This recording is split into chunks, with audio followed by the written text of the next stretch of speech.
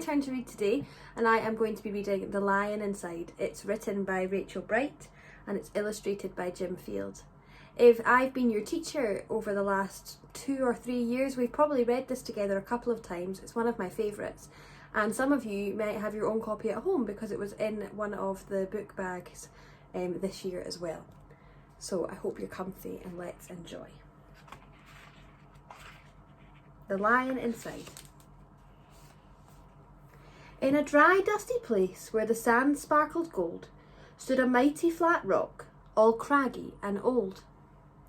And under that rock, in a tiny full house, lived the littlest, quietest, meekest brown mouse. He was so very tiny, so incredibly small, that nobody noticed him ever at all. He got trod on and sat on and missed out for stuff, ignored and forgotten. Yes, mouse life was tough.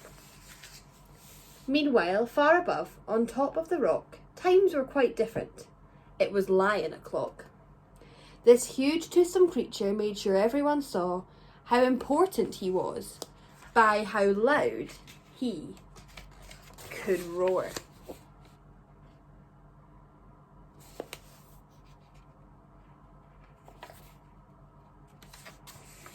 He was head of the pack, he was shouty and tough. He loved showing the crowd he was made of strong stuff. Yes, all were impressed by this mighty king cat. If only, thought Mouse, I could be more like that. Then late one dark night in his Minnie Mouse bed, the cleverest thought popped into his head. He jumped from the covers and held up a paw. I've got it, he said. What I need is a roar. I mean, what if this mouse, with the weeniest squeak, was a little more grrr and a little less meek? Well, he'd still be the smallest of fuzzy brown mice, but he'd make friends and join in, and life would be nice. Yes, thought the mouse, I must find out how. I will learn how to roar, and I will learn it now. But gulp, oh my gosh, there was only one beast who could teach him this thing, but might make him a feast. It was time to be strong, take a chance, after all. Forever was such a long time to feel small. So he made himself brave, and he thought like a winner. He set off for the top, hoping not to be dinner. It felt like the scariest thing he could do. But if you want things to change, you first have to change you. The further he climbed, the closer he got to the slumbering lion reclining on top. And then, at last, as he stood on his tippy toes, he found himself suddenly nose to nose.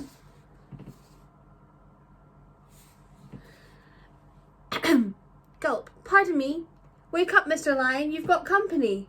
Squeak, Mr. Lion. What I've come to you for is squeak. Do you think you could teach me your roar? A silence befell that twinkling plain. Lion opened his eyes and puffed out his mane. Time slowed right down. Why, it felt like a week. Then he opened his mouth and let out an eek!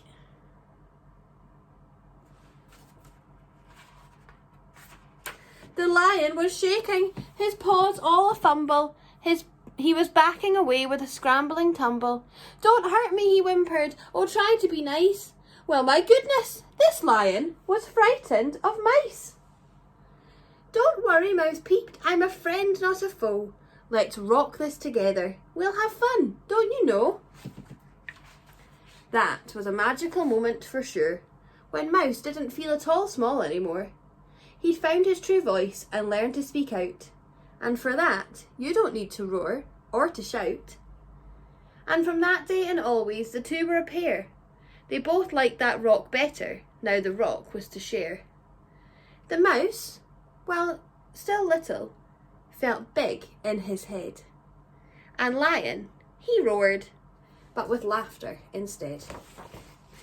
Yes, that day they both learned that no matter your size, we all have a mouse and a lion inside. The end. I hope you enjoyed reading along today. Bye.